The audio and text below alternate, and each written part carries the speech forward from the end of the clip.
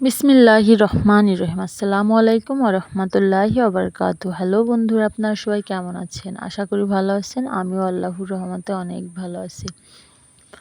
আমি আজকে আপনাদের সামনে নতুন একটা ব্লগ ভিডিও নিয়ে আসলাম। এই যে দেখুন, এখন ভাদ্র মাস, আর ভাদ্র মাসে তাল পিঠা হবে না, এটা কি হয়?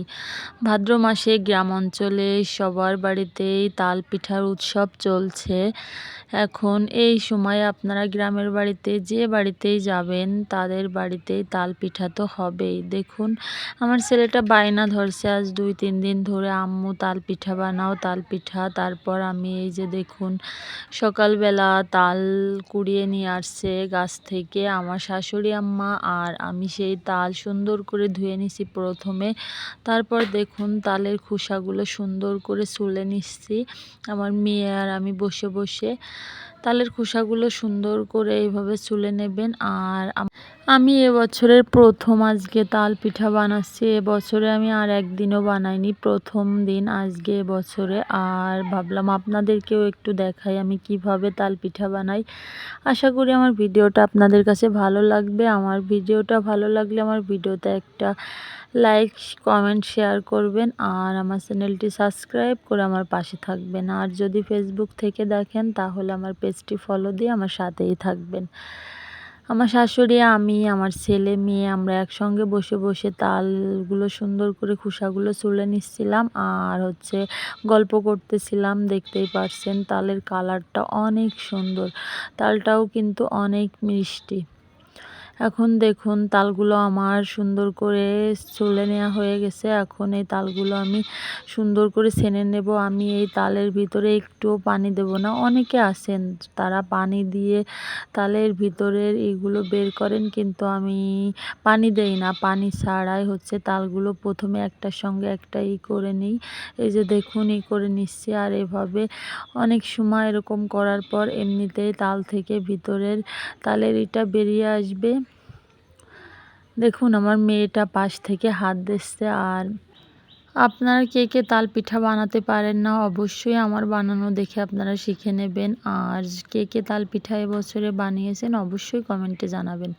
এই যে দেখুন, তালগুলো আমার কত সুন্দর কালার হয়েছে, তালি করা হয়ে গেছে। আর এইদিকে দেখুন, আমি আলা চাউল ভিজিয়ে রাখছি। দেখুন, এগুলো এখন আমাদের গ্রাম অঞ্চলে ঢেঁকিতে চাউলের গুঁড়া বের করে। আমার ব্লেন্ডার আছে, তারপরেও আমি আমার শাশুড়ি আর আমি দেখুন ঢেঁকিতে চালের গুঁড়া বানাচ্ছি। কিভাবে আমাদের গ্রাম অঞ্চলে ঢেঁকিতে চাউলের গুঁড়া বের করা হয় দেখুন।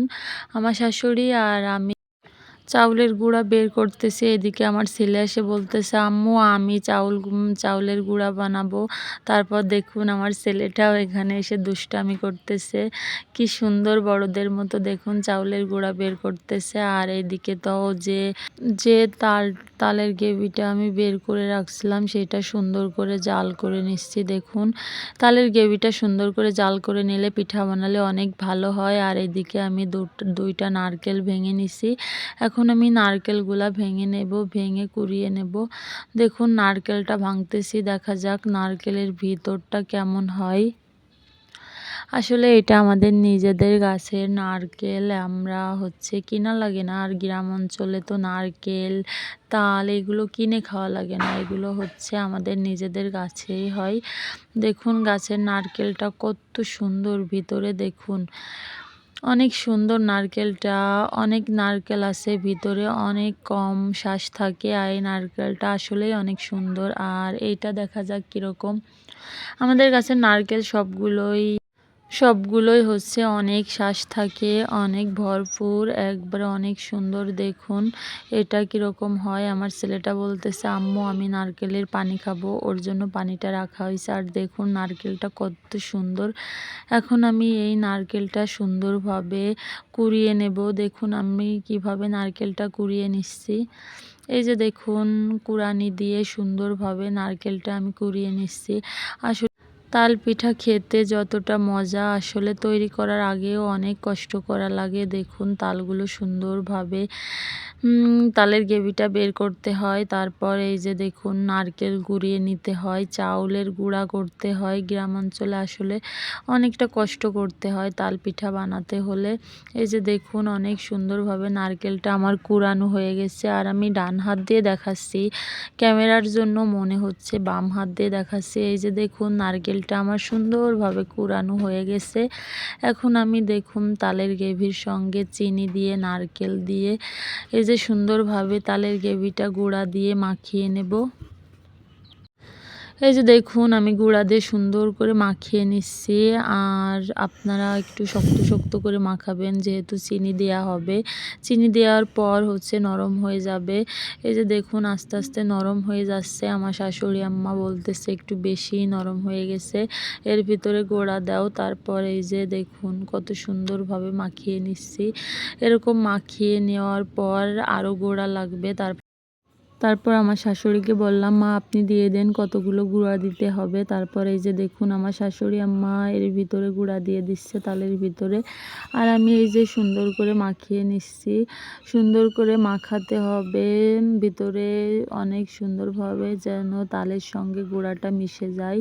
মাখানোর পর দেখুন পুরোপুরি পিঠা বানানোর মতো পারফেক্ট হয়ে গেছে আমার তালের গুলিটা। এই যে দেখুন, আর এদিকে তো চুলায় কড়াই বসিয়ে দিয়ে পিঠা দিয়ে দিছি। দেখুন তেল দিতে যে হচ্ছে নিচে অনেক তেল পড়ে গেছে, আর এইদিকে দেখুন পিঠাটা আমার প্রায় হয়ে গেছে। পিঠাটা সুন্দর করে ভেজে নিতে হবে, একটু লাল লাল করে পিঠাটা ভেজে নিলে খেতে অনেক বেশি মজা লাগে। আর এই যে দেখুন পিঠাটা আমার হয়ে গেছে, এখন আমি পিঠাটা নামিয়ে নেব। এই যে দেখুন পিঠাটা নামিয়ে নিছি, অনেক সুন্দর লাগছে। আর এই তালের পিঠা খেতে কে কে পছন্দ করেন অবশ্যই কমেন্টে জানাবেন। এই যে দেখুন কত সুন্দরভাবে পিঠাটা হয়ে গেছে, আর এই পিঠাটা তো আমাদের বাড়ির সবাই খেতে পছন্দ করে। এই যে দেখুন, আর এখন আমি এই পিঠাগুলো আমার ভাসুর যাদের দেব, আমার ননদদের জন্য কিছু পাঠাবো, আমরা নিজেরা খাবো। আমার ভিডিওটা এই পর্যন্ত। আর এই যে দেখুন এদিকে হচ্ছে কয়টা ভাজা পিঠা বানাইছি। আমার ভিডিওটা এই পর্যন্ত। সবাই ভালো থাকবেন, সুস্থ থাকবেন, আল্লাহ হাফেজ।